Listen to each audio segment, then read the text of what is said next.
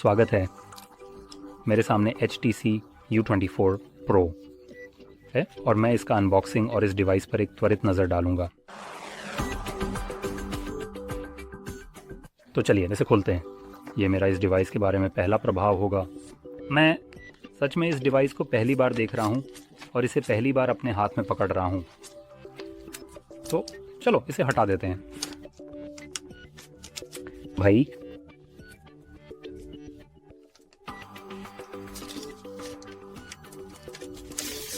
तो यहाँ हम हैं, ठीक है। मैं इसे बूट कर रहा हूँ।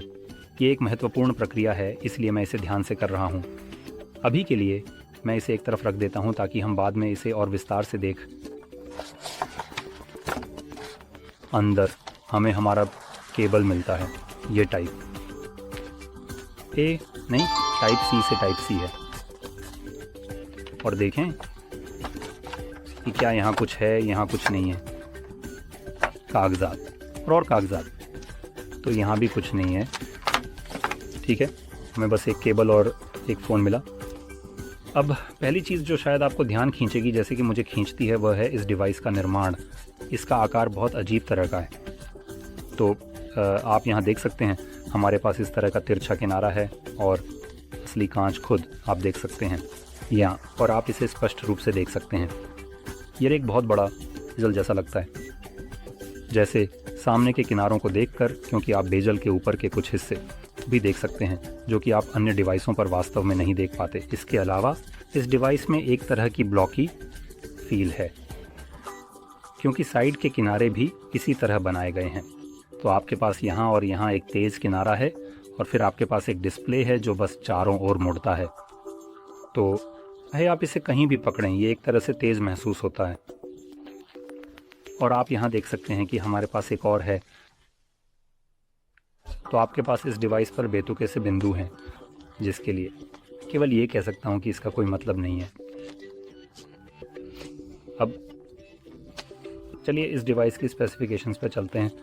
तो चलिए डिस्प्ले से शुरू करते हैं, जो कि 6.8 इंच का है। Display 1080x 2436 pixel. ये एक OLED डिस्प्ले है जो 120 हर्ट्ज रिफ्रेश रेट पर चलती है। इसमें 88% स्क्रीन टू बॉडी अनुपात है और लगभग 400 पिक्सल प्रति इंच के नीचे एक कोने का ग्रिलर कांच है। और मैं जिस बात पर ध्यान दिलाना चाहता हूँ तो ये है कि हमारे पास एक तरह का कम या शायद कम नहीं है, लेकिन ऐसा लगता है कि 88 का ये स्क्रीन टू बॉडी अनुपात थोड़ा भ्रामक है। ये बस पे अंक के करीब है, लेकिन हमारे पास कुछ अन्य डिवाइसों की तुलना में बहुत बड़े बेजल हैं जिनका स्क्रीन टू बॉडी अनुपात कम है। और इसका कारण यह है कि डिस्प्ले मुड़ा हुआ है, इसलिए हमारे पास यहाँ एक मुड़ी हुई स्क्रीन है। और इसके अलावा मैं मानता हूँ कि आप जो चीज़ें अभी देख सकते हैं, जैसे कि यह हिस्सा यहाँ, इसे स्क्रीन टू बॉडी अनुपात में नहीं गिना जाता, बल्कि बस यहाँ तक। तो ठीक पहले ये बस नीचे की ओर झुकना शुरू होता है।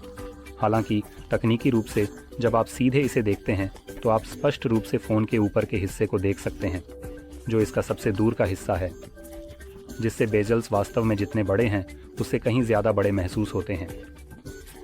और इस तथ्य के कारण कि स्क्रीन मुड़ी हुई है, ये आमतौर पर स्क्रीन टू बॉडी अनुपात से थोड़ा घटा देता है, क्योंकि मुड़ी हुई डिस्प्ले थोड़ा और आगे बढ़ती है। हालांकि इसमें एक बेजल है, एक तरह का बेजल है जो डिस्प्ले द्वारा थोड़ी सी ढका हुआ है, तो ये इसके साथ मिल जाता है, जैसे मैंने कहा, उस संख्या से घटाते हुए। तो ये आपको एक उच्च स्क्रीन टू बॉडी अनुपात देता है। लेकिन आप यह नहीं नकार सकते कि ऊपर का बेजल एक डिवाइस के लिए काफ़ी बड़ा है जिसका स्क्रीन टू बॉडी अनुपात अपेक्षाकृत कम है, या कम या ज़्यादा मुझे लगता है, क्योंकि स्क्रीन बहुत जगह ले रही है। लेकिन खैर, चलिए पीछे के कैमरों की ओर बढ़ते हैं, जहां हमें एक ट्रिपल कैमरा सेटअप नज़र आता है। और उन दो कैमरों में से एक 50 मेगापिक्सल का सेंसर है, एक 19 है चौड़ा, दूसरा 2.0 है। 2 बार ऑप्टिकल जूम के साथ अपर्चर टेलीफोटो। फिर हमारे पास 2.2 का 8 मेगापिक्सल है अपर्चर अल्ट्रा वाइड, और इन कैमरों के साथ आप 4K में 30 फ्रेम तक वीडियो रिकॉर्ड कर सकते हैं और 1080p में भी 30 फ्रेम तक।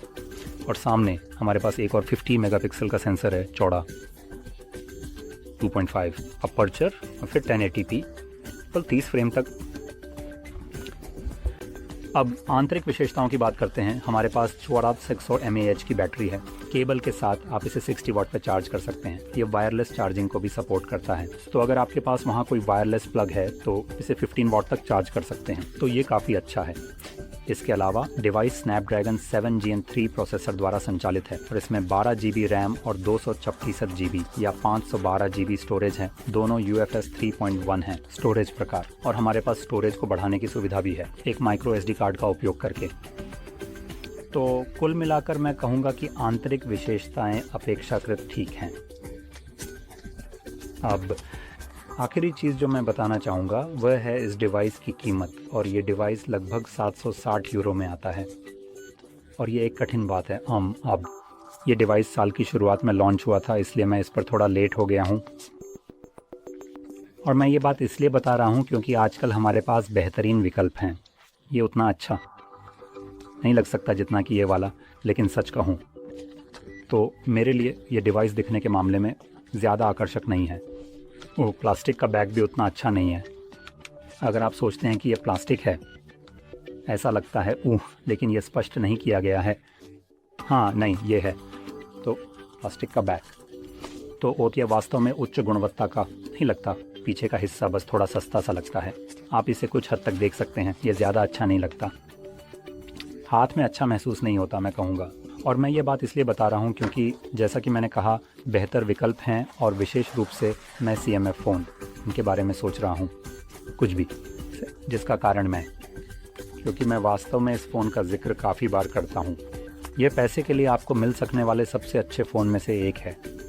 इसकी कीमत हम इसे 700 यूरो तक भी गोल कर सकते हैं। CMF फ़ोन लगभग समान प्रकार की स्पेसिफिकेशंस के साथ आता है, लेकिन इसकी कीमत 200 है। तो आपके पास इस डिवाइस के लिए एक बहुत ही कम कीमत है जो कि यहाँ आपको चुकानी पड़ती है, जबकि फिर भी एक अच्छा डिस्प्ले बना रहता है। मुझे लगता है कि वहाँ एक एमोलेड डिस्प्ले है, लेकिन साथ ही 120 hertz refresh rate 12 gigs RAM भी है। बड़ी बैटरी। चार्जिंग के मामले में मुझे लगता है कि ये लगभग समान है, हालांकि इसमें वायरलेस चार्जिंग की कमी है। और कैमरा के मामले में वो हमारे पास जो मुझे लगता है तो 50 मेगापिक्सल का वाइड सेंसर है और फिर कुछ स्टिकर कैम है। चलो देखते हैं CMF फ़ोन 1। तो 50 मेगापिक्सल 1.8 पर चौड़ा और 2 मेगापिक्सल का डेप्थ, तो ये एक स्टिकर कैम है।